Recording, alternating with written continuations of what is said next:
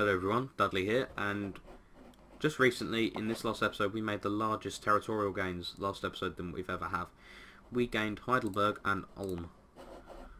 Pretty good. We've also vassalized Meiningen and Württemberg, which is nice. So, you know, pretty good. Make sure of that. And now we're going to ally Bohemia, just what we need. Things are looking up for us in the world. But unfortunately, Saxony hates us. Why are they so outraged? Oh, because we are evil. Fuck off. You're already part of us anyway. We've quorum. We don't have the mana. Our general has... Oh god. Alright, so we've got Brandenburg and Halt. Gehauer. We'll deal with them. Let's see what we can get. Oh, he's a decent general. Finally. So we're now going to have probably a massive coalition war between us and my allies. And likely the coalition against us will be completely crushed because we have friends in high places. We have Poland. We have France. We have Bohemia. And they are defensive allies, so they'll probably help us out as and when we have to go war with them, along with our little allies down here. Now, is there any way to view what kind of the what they call military coalitions? I seem to recall there was. Actually, let's see what Brandenburg. We'll probably see through Brandenburg because we know that they are part of a coalition against us. Austria, what you? You're just a rival. Outraged. Outraged. Outraged. Munster hates us. So basically, most of the Protestant world doesn't like us. Verden just conquered Denmark. That's pretty impressive. Aggressive expander. Is that why they don't like us? Is that the only reason why anyone doesn't like us? Well, obviously they've got their reasons. So we'll probably have a massive coalition war, and we will have our bros from around, you know, helping us out probably. So I think it is probably time to start building up our armies. So we have an extra 3 spaces and a bunch of dosh. So that's 3 for... So call it 3 for this one, 4 for that. So we're a bit short on cavalry for them. So we'll go for 2 units of them. And we will bring up maybe 1 cannon and 1 infantry for them. And we'll just bring up 3 cavalry for them. And we'll build another unit of cavalry as and when is necessary. God, we are so powerful. We can probably take on Austria on our own now. In fact, we definitely can. But I'm not about to do that just yet, because they are the Holy Roman Emperor after all. Switzerland is no longer a valid rival. I wonder why that is. So where are they going? They're going here, won't they?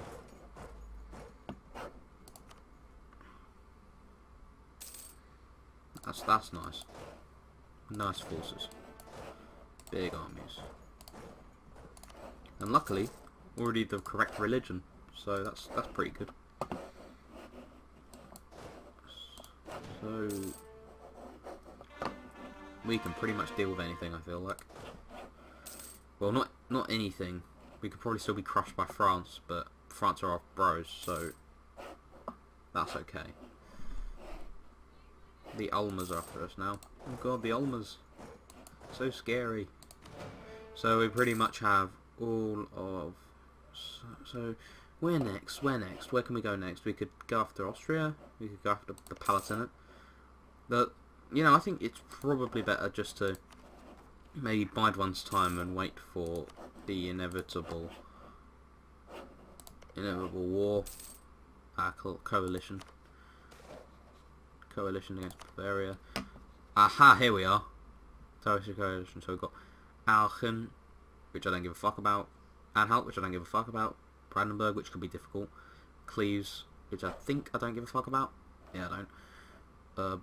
Brabant, which is powerful. Get which is pretty weak, and the Hanseatic League, which appears to just be Bremen. So we can probably beat them without any help from our allies. But you know, it's nice to have them there. After all, we're bros with Bohemia now. That's pretty good. So, oh wait, we need to trade or spy. Trade. Of course, we're gonna go for trade. It's the principal way we make money, and we can still field these gigantic fucking armies. We don't have to care. Can we reduce? Yes, we're going to reduce autonomy because we want to roll them up so they come along and we can just crush them. We'll do that. We've got more manpower now, which is nice. So that's good. I wonder if the Netherlands will actually form, considering England owns basically they own half of the Netherlands. That's not very nice. Religion, pathos. Right. What we could do with this massive amount of money is like build up our land to produce yet even more money, guys. So trade, we'll trade there because Heidelberg appears to be quite powerful in terms of that. Ulm's probably powerful as well, but that's not a core yet, is it? We have a claim on it, so we'll just make a core now. We'll make a core on that, and then we'll start building marketplaces. In fact, yeah, we could probably do that. Cleansing the heresy against Trier, because Trier became the correct religion. Why is religious civil disorder spreading so much? Why is Sweden Catholic? These things they don't make sense.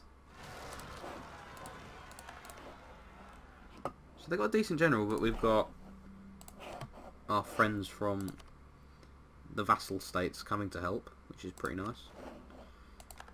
And we crushed them. Surprise, surprise, guys. And then we're going to send these guys over to Linz, because we have to deal with the Austrian separatists. And oh great. Who did we just gain in that? We have now got, let's see, which one, Palatinate and Brunswick. That's nice. Just what we need. Large cast or small cast? We'll go for that. Why are we losing? Oh, I know why. Because we're restocking our forces, aren't we?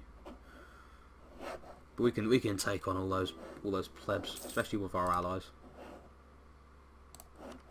Sure, we'll give you military access, mates.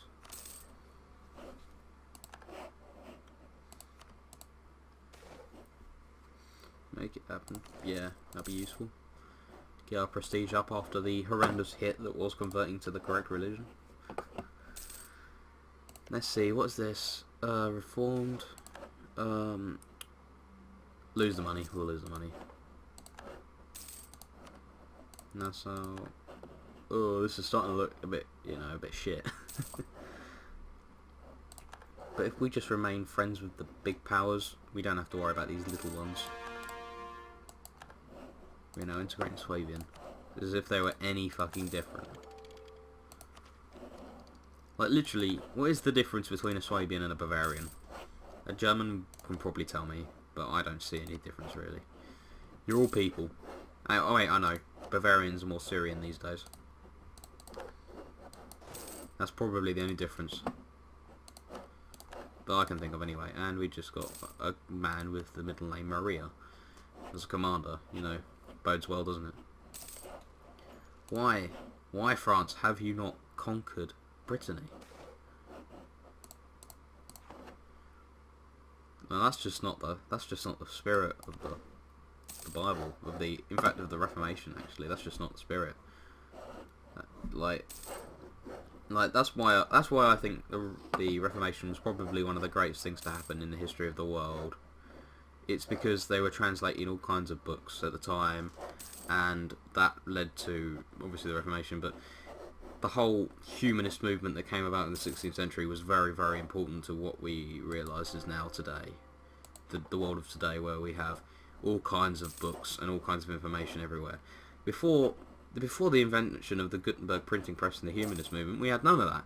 We were very backwards. We were still very backwards afterwards, but it was the beginning of what we recognise as a kind of a modern attitude to thinking. This idea of humanism and the eventual enlightenment that it inspired.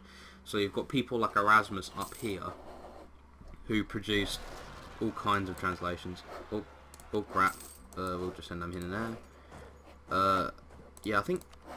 So you've got all these Enlightenment thinkers who came along and changed our thinking because of the beginnings of this humanist movement and the Reformation. Because without the Reformation, we would still be under the grasp of the papal state. Like, as we saw with Galileo, he was attacked for heresy by both Protestants and Catholics, but at least in these nations that accepted Protestantism, they were also more accepting of modern technology as well. So that's quite good. Oh, I wonder which one I'm going to go for. So I think I'm going to call this an episode. That was a lot of money. Thanks for watching. Goodbye.